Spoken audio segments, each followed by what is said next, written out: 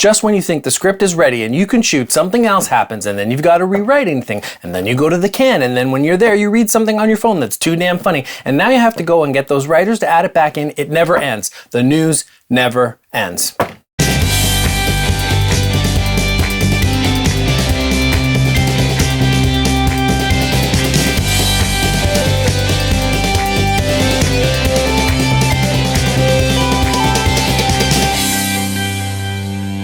Hi, I'm Chiron, and this is Chiron's Tech News. Thank you for joining me. Last second breaking news, Bill and Melinda Gates are breaking up. So Bill tweeted that he and his wife are splitting up after 27 years. Quote, "After a great deal of thought and a lot of work on our relationship, we have made the decision to end our marriage." Quote, Bill and Melinda Gates wrote in a statement that Bill tweeted out. They will keep working together on philanthropic work in the areas of education, gender equality, and healthcare. Oh, wow. It'll be interesting to see what happens next. And here next is another update from TMZ. But before that, the first thing I have to say to TMZ is, can you guys please not show ads of people removing gobs of gross earwax? I am sick and tired of those. I'm going to do an episode on how to block all ads everywhere solely because of disgusting earwax commercials. You brought it on yourselves, guys. Anyway, TMZ reports that Melinda filed the divorce documents citing that the marriage is irretrievably broken. The document also says that the judge was asked to rule the marriage ended as of the date in the separation contract. I guess they've been separated for a while? And now here's a special exclusive statement. Hi, I'm Bill Gates. Melinda and I have literally cured horrible diseases all over the world that affect the world's poorest people because they're the most expensive drugs and drug companies don't want to pay for it. Our private life is none of your bizwax. I don't put microchips in babies, you stupid monsters. We've donated $50 billion to helping the world's poorest people in the world. What did Steve Jobs donate to? Huh? The foundation for being a total dickhead to his daughter Lisa? Well, let me tell you, there's little public record of Mr. Jobs giving money to charity, and he was worth $8.3 billion. And then he dies and people light candles and cry in the streets, but try to wipe out malaria, and all you people do is talk shit about me and talking about how I want to chip babies and sterilize people, and I'm a reptilian alien for the set of the other. What the f*** is wrong with you? TMZ also reports that there was no prenup. My thoughts? Well, I liked them together. He really started doing the philanthropic work after they got married, and I hope he continues to do it. They say they are going to continue to do charity work together, so it sounds like it's amicable, but oh, I know. In fact, I remember reading that Jeff Bezos' ex-wife made $6 billion in donations during the 2020 COVID year, and I don't think she's the only one. Either way, I hope this leads to good things. I'll definitely be watching how this plays out. Having said that, these people should be taxed more. Even Bill Gates' friend Warren Buffett thinks it's bonkers that he pays less taxes than his secretary. At least that's what he talks about here. Check out the comments below for a link.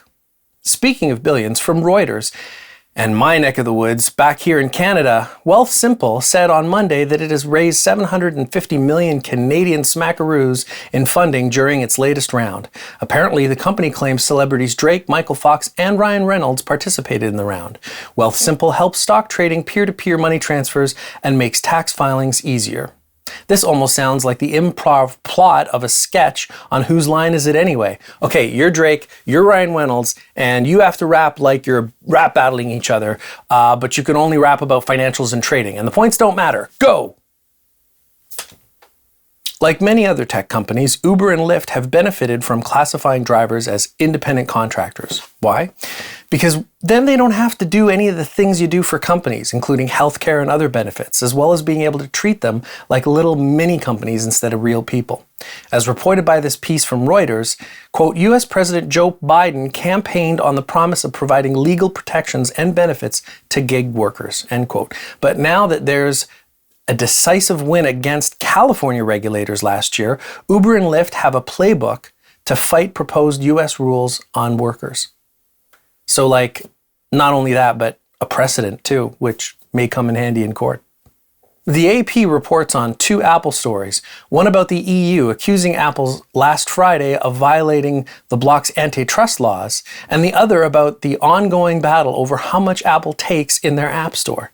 What these reports have in common is a very old story indeed, a business that uses its position to crush competition, not by offering better products and services, but by unfairly manipulating the marketplace they control. This is usually antitrust, and in general, it's usually something that comes up when a tech company behaves so powerfully it can do whatever it wants to drown the competition. With the EU story, they are saying that Apple makes it unfairly tough for other music services to get a music app on things like iPhone, since Apple makes a huge profit off of iTunes and music. Likewise, the ongoing story I've reported on before about their court case with Epic revolves around the fact that it forces anyone who wants to sell an app on Apple devices, like the iPhone, go through them and their store, which charges between 15 to 30% from every app sale. Now, my problem with this charge is the fact that it's a one-time cost to review each app, but they take 30% on every single app sale. There's no way server overhead for hosting everything costs 30% of the price of each app every single time. And then there's the fact that the top 5 tech companies, Apple, Microsoft, Amazon, Google, and Facebook, all just gave profit reports this week that blew past investors' already high expectations, according to AP News. One analyst called it a drop-the-mic performance of Apple, which earned 40% more than what Wall Street thought it would. But the bigger problem is that not only is this about another powerful company or group further consolidating power through force and manipulation, but also that there are already laws that are supposed to protect us from this. And if you think this is just about big companies screwing over other big companies, it's not that simple. It was only after this lawsuit that Apple said it would cut their take in half for app devs that made less than $1 million per year. That's supposed to make us, the common person, feel better. But it's totally bullshit. Oh, and we're not done yet, because just now, literally only a few minutes ago, we've learned that the doorknob setting up the Epic versus Apple trial conference call screwed up the settings, and the call was full of Fortnite kids yelling over top one another on a super packed phone line. One of them was even heard saying, quote, "I would suck all of you to get Fortnite mobile back," end quote. If there's a tiny speck of light to come from the world situation, it's golden moments like this. After my 20 years in tech, I learned a long time ago that you need to sit down 15 minutes before the meeting starts and make sure everything is set up properly. And people would come into the conference room and be like, "Oh, why are you there so early?" And I'd explain, but now you get it. Even though I'd still end up with some designer telling me to f*** off right in front of the client during the call. But I still love that guy. True story. And now it's time for Retro News, an update from PC Gamer on how they've done the math and determined that mining a single Bitcoin on a Commodore 64 will take at least 50 trillion years. They go on to say at least it's faster at mining Bitcoin than a Game Boy, which also has a Bitcoin client. And if you want to see it in action, check out Robin's video here, where he puts the software through its paces. He's got a great channel, so check it out. I've added a link in the comments below. That's everything for today. Have a good one, and thank you for watching. You know, I heard a box over there starting to creak.